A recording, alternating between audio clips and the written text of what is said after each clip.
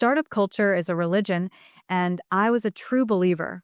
I tied my 20s, my sleep, my relationships, my Saturday mornings and Sunday nights, my boundaries and my backbone.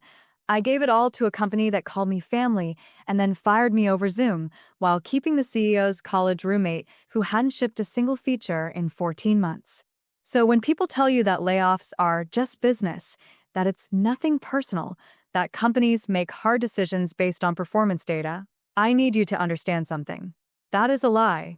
It is a specific, documentable, provable lie, and I have the receipts, the recordings, and a podcast episode with 1.4 million downloads that proves it.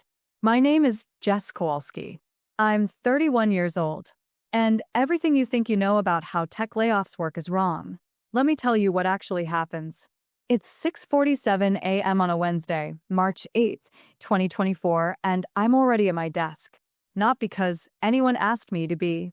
Because I'm running a sprint retrospective at 7:15 for a team spread across 3 time zones, and I need to pull the velocity metrics from the last 2 cycles before the Bangalore engineers sign off for their evening. My desk is the third one from the window on the 4th floor of a converted warehouse in SoMa, San Francisco. The kind of building that has exposed ductwork and a kombucha tap in the kitchen and a mural in the stairwell that says, "Build what matters," in letters tall enough to read from the street. The company is called Vellum, Series B, Collaborative Project Management Platform, 47 million in funding, 112 employees as of last Friday. I know the exact number because by the end of today, it's going to be 73. I've been at Vellum for 3 years and 4 months. I was employee number 19. I joined when the office was a 2-bedroom apartment in the Mission, and the Collaborative Project Management Platform was a half-built prototype that crashed every time more than 6 users logged in simultaneously. I joined because the co-founders, Marcus Webb and Tessa Chen, sat across from me at a coffee shop on Valencia Street and told me they were building something different. Not just a product, a culture, a place where people mattered more than metrics, where transparency wasn't a buzzword, where the team was a family. Marcus said that. "We're building a family, Jess." He said it while holding a courte-à-deux with both hands, looking at me with the earnest intensity of a man who either genuinely believed what he was saying or had practiced believing it until the difference didn't matter. I was 27. I just left a soul-crushing PM role at a mid-size enterprise software company where my manager once told me that passion is a liability in project management. I was hungry for something that felt real. Marcus felt real. Tessa felt real. Vellum felt real. So I jumped. And I built. God, did I build. In 3 years, I shipped the features that turned Vellum from a buggy prototype into a platform with 23,000 active enterprise users. I personally managed the rollout of our real-time collaboration engine, the feature that landed us the Deloitte contract, $1.2 million ARR, our single largest enterprise deal. I built the sprint framework that our entire engineering org still uses, 12 teams, 41 engineers, all running on a system I designed during a 70-hour week in October 2021 when 3 senior devs quit simultaneously and someone had to hold the development pipeline together with duct tape and caffeine. That someone was me. It was always me. I onboard 31 employees personally. Not HR-style onboarding, real onboarding. I sat with every new engineer, every new designer, every new product person for their first 2 weeks and walked them through our systems, our culture, our rituals. I created the Vellum Way documentation, a 94-page internal wiki that became the operational Bible of the company. When investors visited, Marcus would reference the wiki in his pitch. Our operational maturity is years ahead of where you'd expect for a Series B, he'd say. He never mentioned who wrote it. I never asked him to. Family doesn't keep score. That's what I believed. My performance reviews were immaculate. I'm not being arrogant. I'm being factual because the facts matter in this story more than anything. 3 consecutive years of exceeds expectations. A 360 review composite score of 4.8 out of 5. A direct quote from Marcus in my 2023 annual review. Jess is the operational backbone of this company. I genuinely don't know how we'd function without her. That quote is in writing. I have the PDF. He signed it digitally on November 14th, 2023, 115 days before he fired me. Here's what I sacrificed. I moved to San Francisco for this job, left my family in Milwaukee, left a relationship that couldn't survive the distance, left a rent-controlled apartment that I will never financially recover from losing. I worked an average of 57 hours a week for 3 years. I calculated this recently using my own time tracking data because I'm a project manager and I track everything, including, apparently, the hours I donated to people who would eventually discard me. I skipped my cousin's wedding in 2022 because we were in the middle of the series Be Due Diligence and Marcus said he really needed me there for the data room preparation. I missed my father's 65th birthday dinner because of a production outage that not the on-call engineer, me, stayed until 2 a.m. to coordinate the fix for.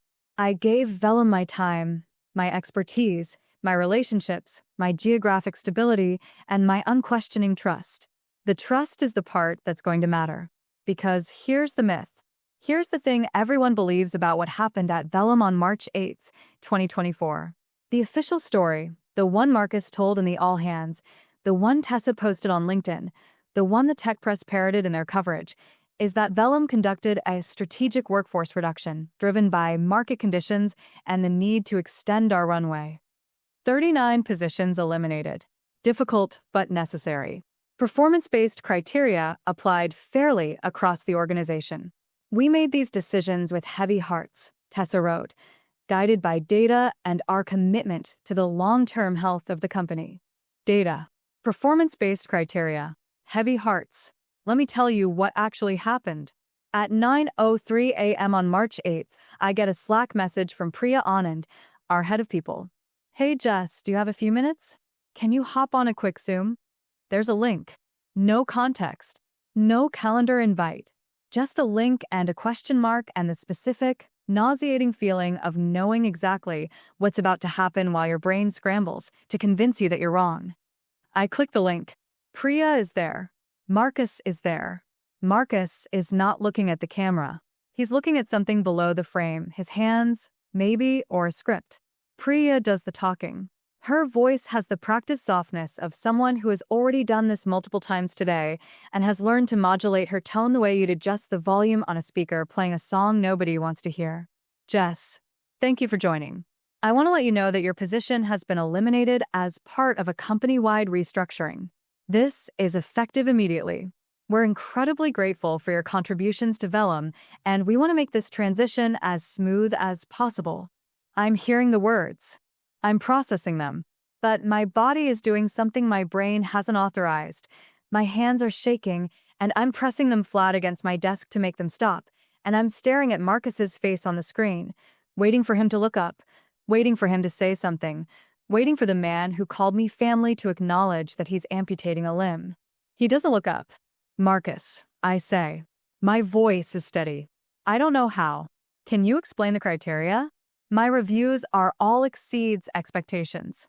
My 360 scores are the highest on the PM team. I shipped the Deloitte integration 8 days ahead of schedule. What data are you using? Silence. Priya glances at Marcus. Marcus finally looks at the camera, and his expression is the one I'll remember longest. Not guilt, not sadness, but discomfort. The specific discomfort of a person who is doing something they know is wrong and has decided to do it anyway and just needs the conversation to be over. Jess, this wasn't about individual performance. It was a structural decision.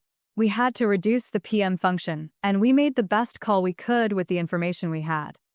The best call they could, with the information they had. Let me tell you what information they had, because I found out, not that day, not that week, but over the following months, piece by piece, conversation by conversation, document by document, exactly how those structural decisions were made. And when I tell you, you're going to understand why 1.4 million people have listened to me explain it, and why the myth of the data-driven layoff is exactly that, a myth. But first, and this is the part that broke something in me that hasn't fully healed, let me tell you who they kept. They kept Derek Halloran. Derek was a PM who'd been at Vellum for 11 months. His performance review, which I had access to because I'd helped calibrate the PM team's review cycle, rated him meets expectations with a note from his manager about inconsistent follow-through on deliverables. Derek had shipped one feature in 11 months. One. It was a minor UI update to the notification settings panel. He'd missed 2 deadlines on it. But Derek had been Marcus's roommate at Stanford. They'd lived together for 3 years. They still played in the same recreational basketball league on Thursday nights. They kept Lana Osei. Lana was a product designer who joined 7 months before the layoff. She was talented, I want to be honest about that, but she'd been on a performance improvement plan for 3 months due to what her manager called chronic misalignment with project timelines. She'd missed 4 consecutive sprint deadlines. But Lana was Tessa's mentee. Tessa had recruited her personally from a design bootcamp that Tessa advised. They had dinner together once a month. Tessa had described Lana publicly and all hands as the future of Vellum's design language. They kept Ryan Fisk. Ryan was a senior engineer who had been formally written up, in HR documentation, for creating a hostile work environment after screaming at a junior developer during a code review so aggressively that the junior dev filed a complaint and transferred teams. Ryan's write-up was in the system. I know because I saw it.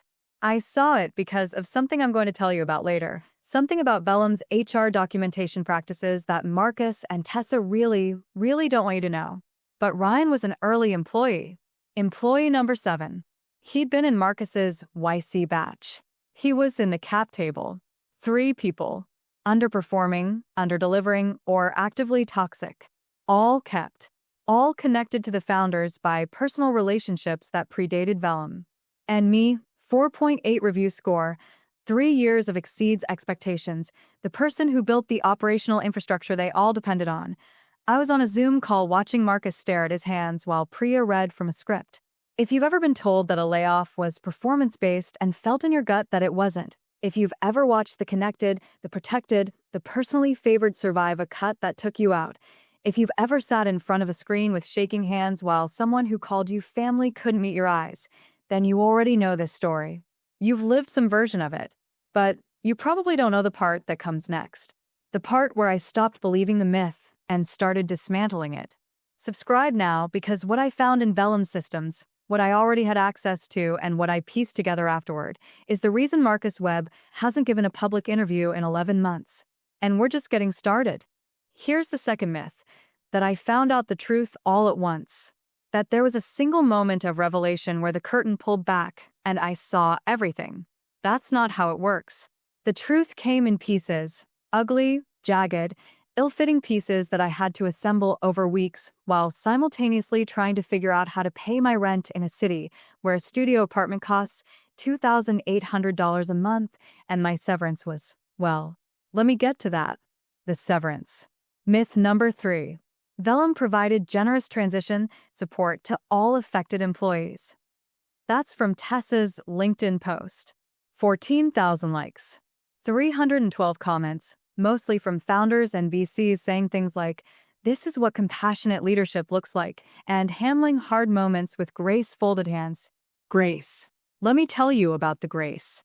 The severance package offered to me, Jess Kowalski, employee number 19, 3 years and 4 months of service, for 0.8 review score, operational backbone of the company per the CEO's own signed evaluation, was 4 weeks of base salary. $7,692 before taxes. For context, California's WARN Act requires 60 days notice for mass layoffs affecting 50 or more employees, or 60 days of pay in lieu of notice.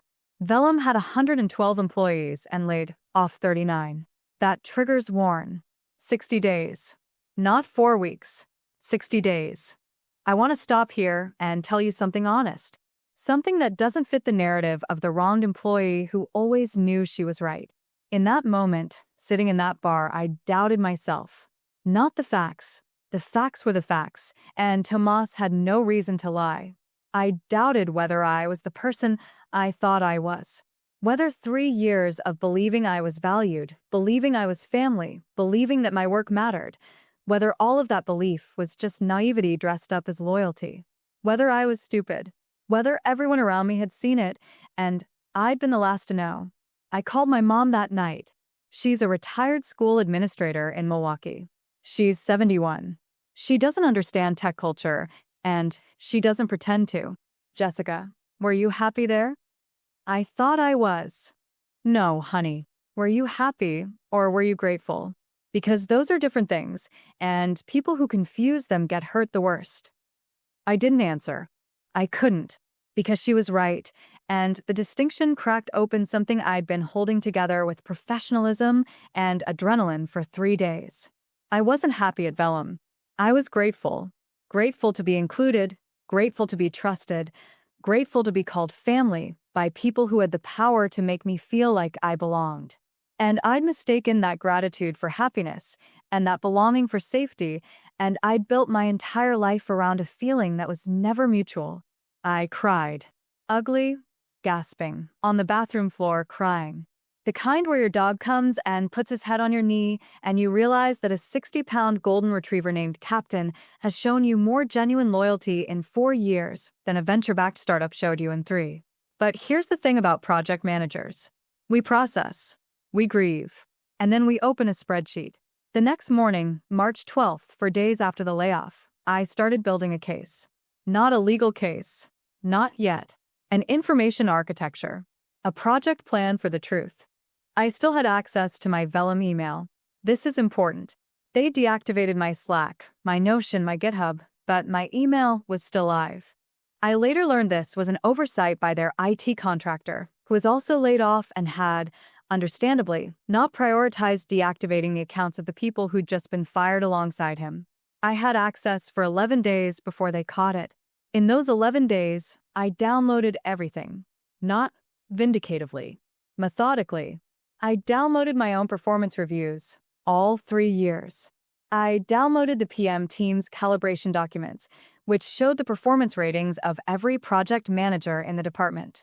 I downloaded the email thread from February 2024 where Marcus asked Priya to run the numbers on a 35% reduction, 5 weeks before the layoff, contradicting the company's public statement that the decision was made in early March after careful deliberation.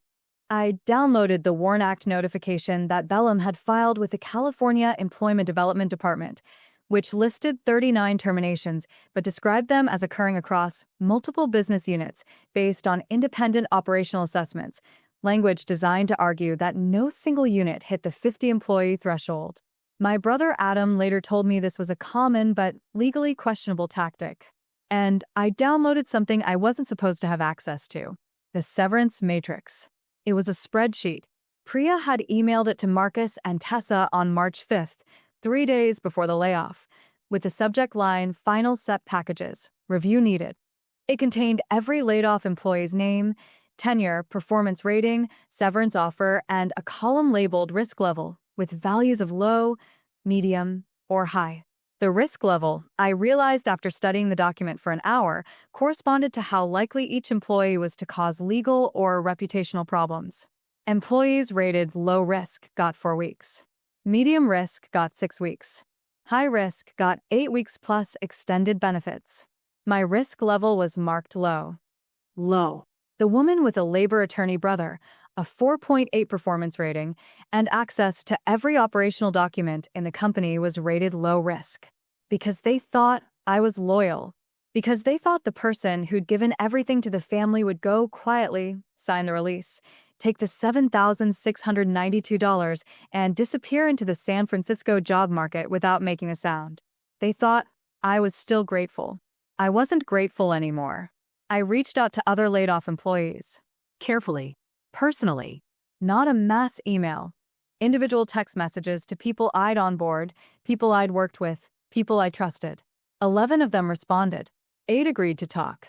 And their stories, God, their stories. Maya Chun, senior product designer, 2 years at Vellum, performance rating 4.5. Laid off. Her severance. For weeks. She told me she'd been working on the enterprise dashboard redesign that was Vellum's centerpiece for the Series C pitch deck. She was replaced by, and I need you to hear this, a contractor hired 2 weeks after the layoff at a rate of $185 per hour. Maya's salary had been $142,000 annually. The contractor's annualized cost, $384,800. They fired Maya to save money and then spent 2.7 times her salary on her replacement. That's not cost-cutting. That's something else entirely. James Okafor, DevOps engineer, 18 months at Vellum, performance rating 4.3. Laid off. His severance. For weeks. James had built the CI/CD pipeline that Vellum's entire deployment infrastructure ran on. Within 2 weeks of his departure, the pipeline broke during a production deploy, causing a 4-hour outage that affected 6,200 enterprise users and triggered an SLA violation with 3 clients worth a combined $890,000 in annual revenue. I know the number because Tomas told me. Tomas was one of the engineers scrambling to fix it at 2 a.m. on a Tuesday. Nina Petrova, data analyst, 14 months at Vellum, performance rating 4.1. Laid off. Her severance. For weeks. Nina was 26 and had moved from Portland for the job. She told me on the phone, her voice so flat it scared me, that she'd calculated her total relocation costs at $11,400 and that her 4 weeks of severance after taxes was $5,100. She was negative $6,300 on the transaction of having worked at Vellum. She'd paid them, effectively, for the privilege of being fired. 8 stories. 8 variations of the same pattern. High performers cut. Low performers with founder connections kept. Severance packages calculated not by tenure or contribution, but by perceived risk of retaliation. A system designed not to be fair, but to be quiet. And then I found the thing that changed everything. The thing that turned this from a personal grievance into a legal and ethical earthquake. It was in the email archive. A thread from January 2024. 2 months before the layoff. Marcus to Tessa, subject line. Board prep, runway scenarios. In the thread, Marcus outlined 3 options for extending Vellum's runway. Option A, reduce headcount by 30 to 35%. Option B, reduce executive compensation by 40% and cut headcount by 15%. Option C, pursue a bridge round from existing investors. Tessa's response, Option B is a non-starter. I'm not taking a pay cut for a correction that should have happened 6 months ago. Option A is cleanest. Let's frame it as strategic realignment. The co-founder of a company that called itself a family, that had a mural in the stairwell saying, "Build what matters," chose to fire 39 people rather than reduce her own compensation. Tessa Chen's salary, which I found in a board compensation disclosure attached to a later email in the thread, was $340,000 base plus a $150,000 annual bonus. Marcus's was identical. Combined, $980,000 in annual executive compensation. A 40% reduction would have saved $392,000, enough to retain approximately 7 to 9 of the employees they cut, depending on salary levels. They chose not to. They chose themselves. And then they posted on LinkedIn about grace. If you're still watching this, if your chest is tight and your jaw is clenched and you're thinking about your own company, your own family, your own leaders who talk about transparency while making decisions behind doors that don't fully close, I need you to subscribe right now. Not because I'm asking for followers. Because what I did next, the podcast episode, the recordings, the moment Marcus Webb's phone started ringing and didn't stop for 3 weeks, that's coming. And you need to hear it from me, in my voice, before anyone else tries to reframe it. Because they will try. They already have. And I have the receipts for that, too.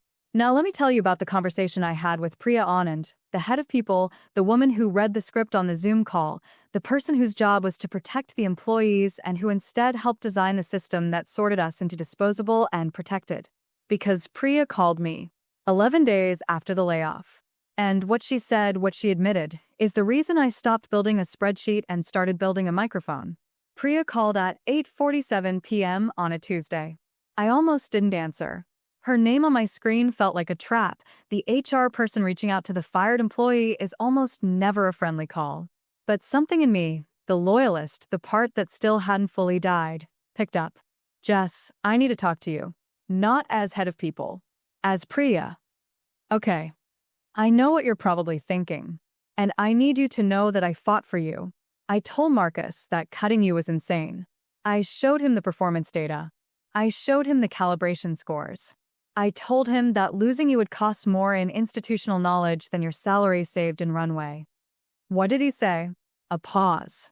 Long enough that I could hear her breathing. He said, Priya, I appreciate your input, but this is a founder decision. And then Tessa said, and I'm telling you this because I think you deserve to know. Tessa said, Jess will be fine. She's resilient. The people who need us more are the ones we should protect. The people who need us more, meaning the people who owe us. The people whose careers exist because of our personal patronage. The people who will never leave, never question, never push back because they know their position is a gift, not an achievement. Priya, why are you telling me this? Another pause. Because I'm resigning. Friday is my last day. I can't. I watched them make those decisions, Jess. I sat in that room and I watched them go through names like they were sorting laundry. Keep, discard, keep, discard. And the criteria was never performance. It was never data. It was, do I like this person? Do I owe this person? Will this person make noise? That's it. That's the entire algorithm. And I helped execute it, and I can't sleep, and I need you to know that I'm sorry. She was crying. Priya Anand, the woman with the practiced soft voice, was crying on the phone with me, and I was holding my dog's collar because I needed to grip something solid, and I was thinking, this is it. This is the thing that turns a spreadsheet into a story. Priya, I said, would you be willing to say that again? On the record? Silence. Then, what do you mean on the record? I mean, I'm going to tell this story. All of it. The names, the criteria, the severance matrix, the WARN Act violations, the executive compensation decision. I'm going to tell it publicly. And if you're willing to corroborate what you just told me, not with your name if you don't want, but with your voice, your account, it changes everything. The longest pause of the conversation. I could hear a television in her background. Something with a laugh track. Let me think about it, she said. Give me until Friday. Friday was 4 days away. I gave her until Friday. And in those 4 days, I did something I'd never done before. I bought a microphone, a Blue Yeti, $129.99 at Best Buy. I drove to the one on Harrison Street and bought it with a credit card I was already worried about paying off, and I set it up on my dining table next to the laptop where I'd been building the spreadsheet, and I stared at it for 2 hours without pressing record. Captain lay at my feet, sighing periodically, which is his way of telling me I'm being dramatic. He wasn't wrong. I'd never made a podcast before. I'd never made any kind of public content. I was a project manager. I made Gantt charts and stakeholder matrices and risk registers. I made things organized. I didn't make things loud.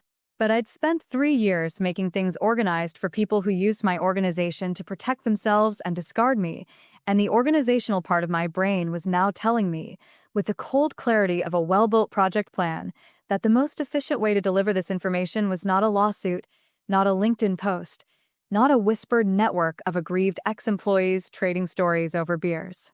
It was a microphone and a story and the specific, documented, unassailable truth. I called the podcast the Layoff List. I know, it's not subtle. Subtlety is for people who have time and severance packages. I had neither. Friday came. Priya called. I'll do it, she said. Not my name. Not my voice unaltered. But I'll record a statement and you can use it. Priya, are you sure?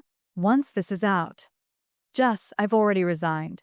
What are they going to do? Fire me from a job I quit. I sat in that room. I helped build the severance matrix. I assigned risk levels to human beings based on how likely they were to cause problems. I rated you low risk because I thought you were too loyal to fight back. I was wrong about you, and I'm glad I was wrong, and I need to be part of fixing this because I helped break it. I recorded Priya's statement on a Saturday afternoon. She spoke for 22 minutes.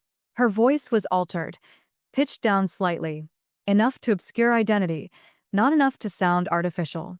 She described the decision-making process, the "are they one of ours" criteria, the executive compensation discussion, the deliberate framing of a loyalty purge as a strategic realignment. She was specific. She was calm. She was devastating. I spent the next 2 weeks building the episode. Not rushing, building. The project manager in me wouldn't allow anything less than a complete, structured, bulletproof narrative. I organized the material into sections. The myth, the reality, the evidence, the human cost.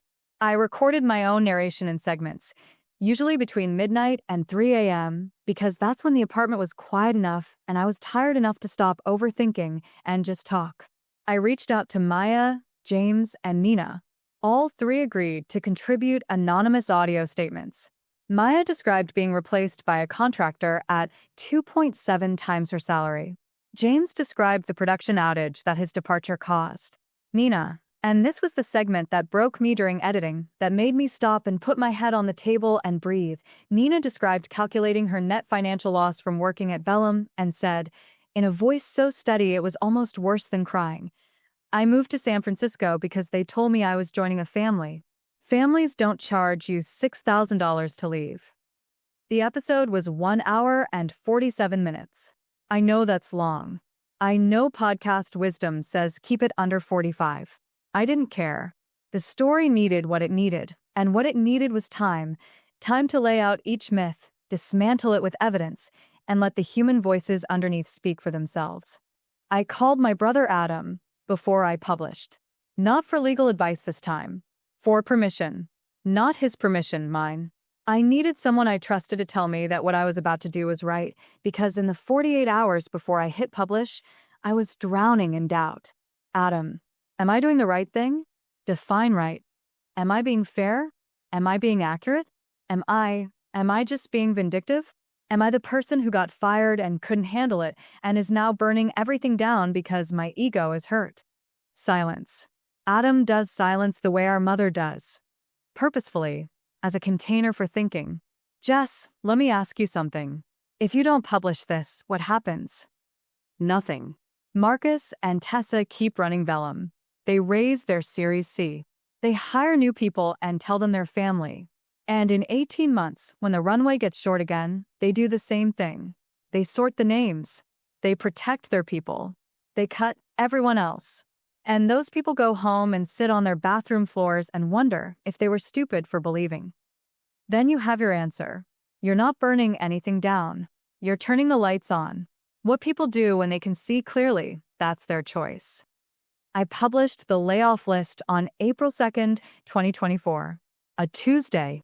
I chose Tuesday because podcast analytics show higher engagement on Tuesdays and Wednesdays, and even in my moment of righteous exposure, I was still a project manager optimizing for deliverables. Some things you can't turn off.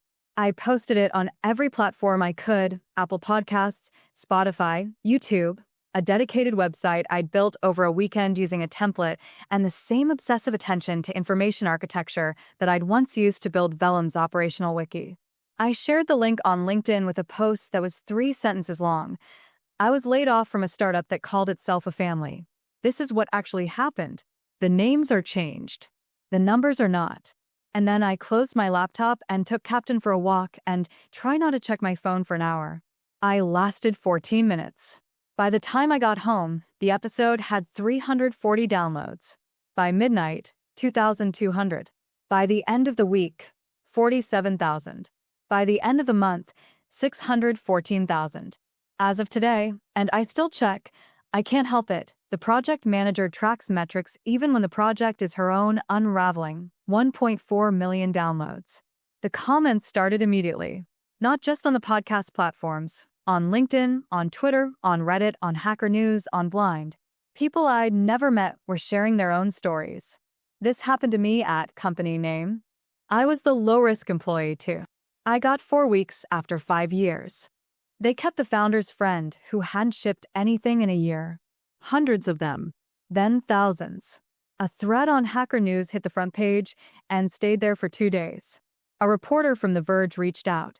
Then Protocol. Then the San Francisco Chronicle. I didn't name Vellum in the episode. I didn't name Marcus or Tessa. I used pseudonyms: the company, the CEO, the co-founder. My brother had advised this, and he was right. But the tech industry in San Francisco is a small room with thin walls, and within 72 hours, people had identified Vellum. The details were too specific. The timeline matched. Someone on Blind, an anonymous workplace forum, posted a thread titled "The Layoff List is about Vellum" with a point-by-point comparison that was accurate on every count. Marcus called me on April 7th, 5 days after publication. I let it go to voicemail. The voicemail was 43 seconds long. I've listened to it more times than I should have. Jess, it's Marcus.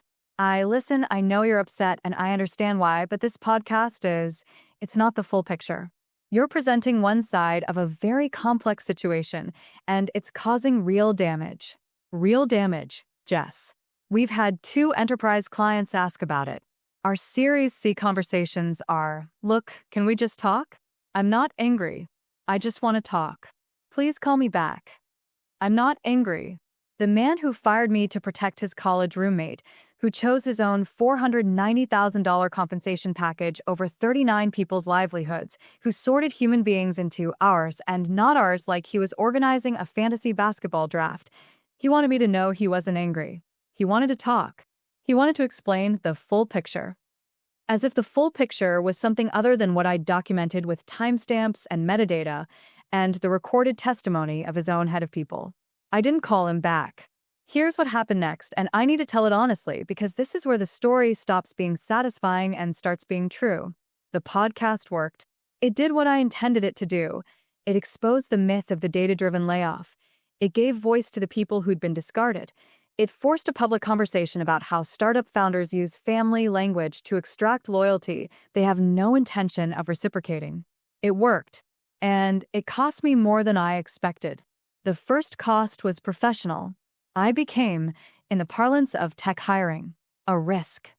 Not because I'd done anything wrong, because I'd done something loud. 3 companies I interviewed with in April and May 2024 ghosted me after initial conversations that had gone well. A recruiter I'd worked with for years called me and said, with genuine sympathy and zero ambiguity, "Jess, I have to be honest with you. 2 hiring managers have told me they love your background, but they're worried about the podcast." They used the word litigious. One of them said, "What if she does this to us? What if she does this to us?"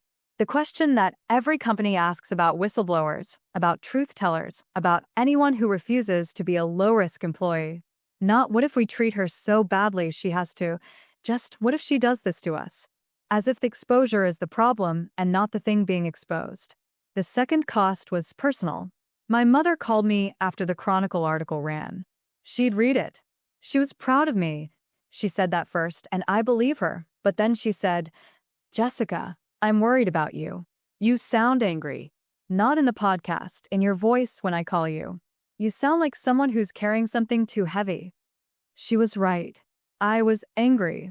Not the clean, righteous anger of the first week, the kind that fuels action and feels almost good. This was the other kind, the corrosive kind. The kind that wakes you up at 3 a.m. and sends you to the podcast analytics dashboard to see if the numbers are still climbing, because the numbers climbing means people are listening, and people listening means you matter, and mattering is the thing that was taken from you in a Zoom call at 9:03 on a Wednesday morning. I was checking download counts the way I used to check Slack notifications, compulsively, desperately, looking for proof that I existed. Captain started sleeping on the bed instead of his dog bed. He'd never done that before. I think he knew. The third cost, and this is the one I didn't see coming, was Tomas. Tomas Vega, the engineer who'd forwarded me the FAQ document, who'd told me about the "Are they one of ours" conversation, who'd been my primary source for everything that happened inside Vellum after my departure. Someone at Vellum figured out that Tomas was talking to me. I don't know how. Maybe the details in the podcast were too specific to the adjacent conference room conversation. Maybe someone did the math on who was in the building that night. On April 19th, Tomas was called into a meeting with Vellum's outside counsel and told that he was in potential violation of his confidentiality agreement. He wasn't fired. They couldn't afford to lose another engineer after the pipeline outage, but he was put on what he described to me as a leash. "Jess, I can't talk to you anymore," he said on the phone. His voice was flat. Not angry. Tired. Not about Vellum. Not about anything connected to this. They've got lawyers watching, and I can't afford to lose this job. I've got student loans. I've got a lease. Tomas, I'm sorry. I didn't mean for. I know you didn't, but it happened. And I need to step back." He hung up. I sat on my couch with my phone in my hand and Captain's head on my knee, and I felt something I hadn't felt since the Zoom call. Shame. Not for what I'd done, for what it had cost someone else. Tomas had helped me because he believed the truth mattered, and the truth had put a target on his back, and I was the one who'd painted it there. I'd been so focused on exposing the system that I hadn't fully accounted for the people still trapped inside it. That's the part they don't tell you about going public. The blast radius isn't just the people who deserve it. It's everyone nearby. It's the Tomases. The people who whispered the truth to you in a bar and are now sitting in a conference room with a lawyer asking them to explain what they said and to whom. I almost took the podcast down. I want you to know that. On April 20th, the day after Tomas's call, I sat at my dining table with the Blue Yeti microphone still set up like a monument to a decision I was no longer sure about, and I opened the hosting platform and hovered my cursor over the delete button. 614,000 downloads. Thousands of comments from people who said it helped them. Maya, James, Nina, their stories heard for the first time. Priya's testimony, the inside account that validated what every laid-off employee suspected but couldn't prove. I didn't delete it, but I didn't feel good about not deleting it. I felt like someone standing in the rubble of a building they demolished and realizing that demolition is not the same as justice. Demolition is just destruction with better justification. Let me tell you where things stand now. It's March 2026. 2 years later. Vellum is still operating. That's the first thing people ask me, and I can see the disappointment when I tell them. They want a fairy tale. The company collapses. The founders are humiliated. Justice is served in a neat package with a bow. That's not what happened. What happened is messier and, I think, more honest. Vellum's Series C was delayed by 7 months. I know this from public filings and from industry contacts who were involved in the process. The round eventually closed at $34 million, $13 million less than the $47 million Marcus had been targeting before the podcast. The lead investor, a firm called Redpoint Meridian, required as a condition of funding that Vellum implement an independent HR review process and engage a third-party firm to audit their layoff procedures. I found this out from a former Vellum employee who saw the term sheet summary. The podcast didn't kill Vellum, but it cost them $13 million and their autonomy over personnel decisions. That's not nothing. Marcus Webb is still CEO. He gave one public interview about the podcast, a carefully managed conversation with a friendly tech journalist in June 2024, where he described the episode as a one-sided account from a disgruntled former employee and said that Vellum's layoff process was fully compliant with California labor law and guided by objective performance criteria. He did not address the severance matrix. He did not address the WARN Act filing. He did not address the executive compensation decision. He did not address, are they one of ours? He addressed a version of the story that didn't exist and called it the full picture. Tessa Chen left Vellum in September 2024. Her LinkedIn says she's exploring new opportunities and advising early-stage founders on scaling culture. I have no comment on that. Actually, I do have one comment. The phrase scaling culture makes me want to throw my laptop into the San Francisco Bay, but I'm told that's not a proportional response. Derek Halloran, Marcus's Stanford roommate, the PM who shipped one feature in 11 months, is still at Vellum. He was promoted to senior PM in January 2025. I learned this from LinkedIn. I should stop checking LinkedIn. Captain judges me when I check LinkedIn. Ryan Fisk, the engineer with a harassment write-up, left Vellum in early 2025. I heard he's at another startup. I hope that startup has better HR. I hope the junior developer he screamed at is doing okay. I think about that junior developer sometimes, someone I never met, whose story intersected with mine only through a document I wasn't supposed to see. Priya Anand is a people operations consultant now. She works with startups on, and I find this genuinely non-sarcastically hopeful, ethical offboarding practices. She told me, in the last conversation we had, that she uses the Vellum experience as a case study in her consulting work. I tell them what I did wrong, she said. I tell them about the matrix. I tell them about the risk ratings.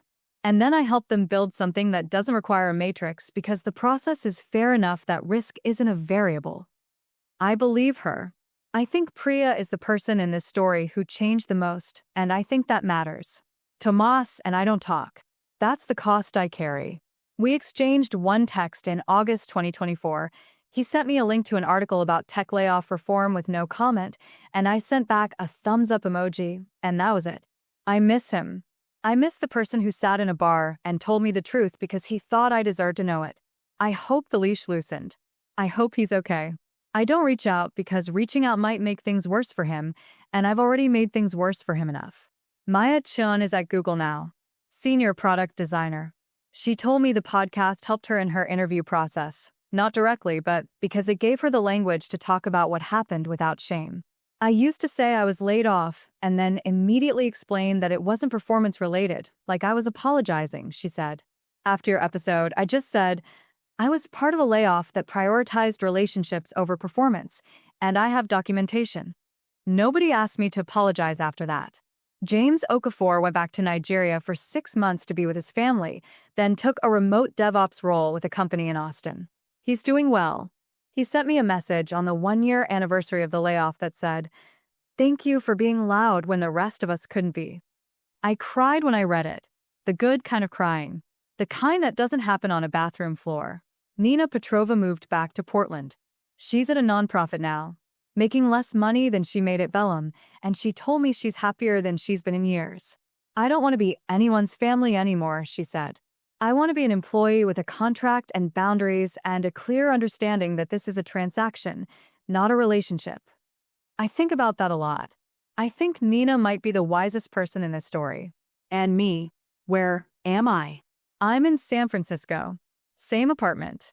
Same dining table where I set up the Blue Yeti, which is still there, because I've recorded 11 more episodes of the Layoff List. Not all about Vellum, about the broader ecosystem.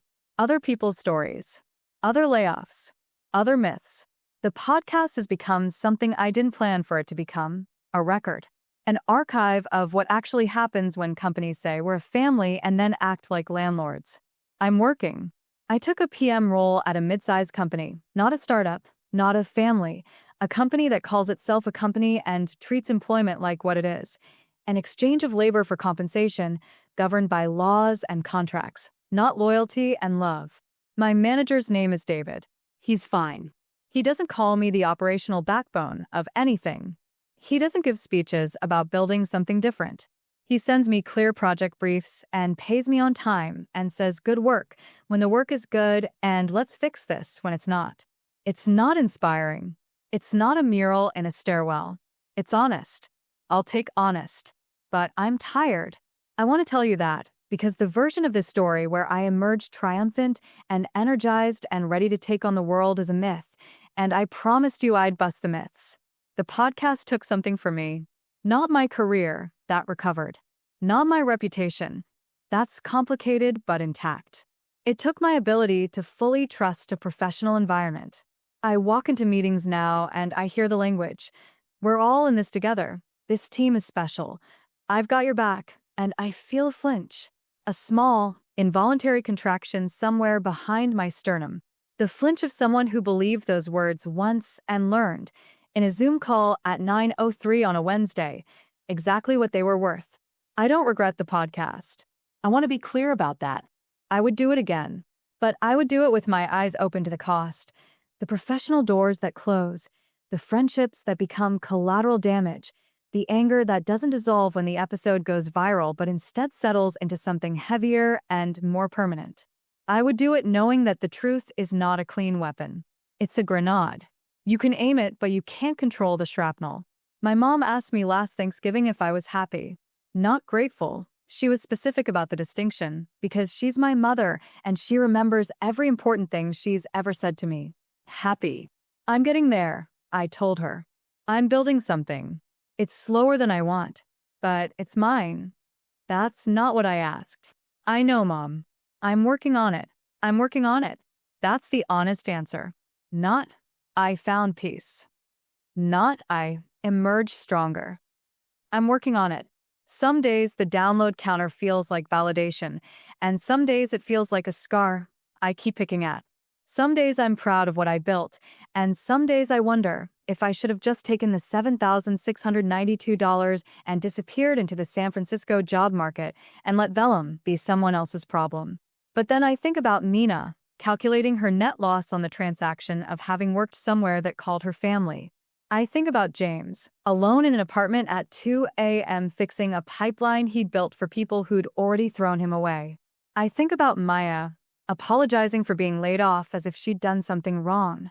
I think about Priya, sitting in a room watching names get sorted into keep and discard and knowing it was wrong and doing it anyway, and then calling me at 8:47 on a Tuesday because she couldn't sleep. And I think no. The myths don't get to win. Not this time. So here's what I need from you. Not a subscription. Though yes, subscribe because there are more stories and more myths and more people sitting in back corners of converted warehouses being told they're family by people who are already practicing how to say goodbye. What I need is simpler than that. I need you to ask one question the next time someone in a position of power tells you that a decision was data-driven or performance-based or nothing personal. Ask them, whose data? Based on whose performance? Personal to whom? And if they can't answer, if they soften their shoulders and tilt their head and adjust the temperature of the room instead of answering, then you'll know. You'll know exactly what kind of building you're standing in. And you can decide with your eyes open whether to keep holding it up. I held one up for 3 years and 4 months. I held it up with 57-hour weeks and missed birthdays and a 94-page wiki and a 4.8 review score and the unshakable belief that if I just built well enough, the building would protect me back. It didn't. Buildings don't protect people. People protect people. And the people at Vellum protected their own. I wasn't one of theirs, but I'm one of mine now. And that's enough. It has to be enough. I'm working on making it enough. Captain just sighed again. He thinks I'm being dramatic. He's probably right. But he's also a dog who eats shoes, so his judgment has limits. Thanks for listening. Share this if it found you at the right time. And if you're sitting in a family right now wondering if the love goes both ways, trust the flinch. The flinch knows before you do.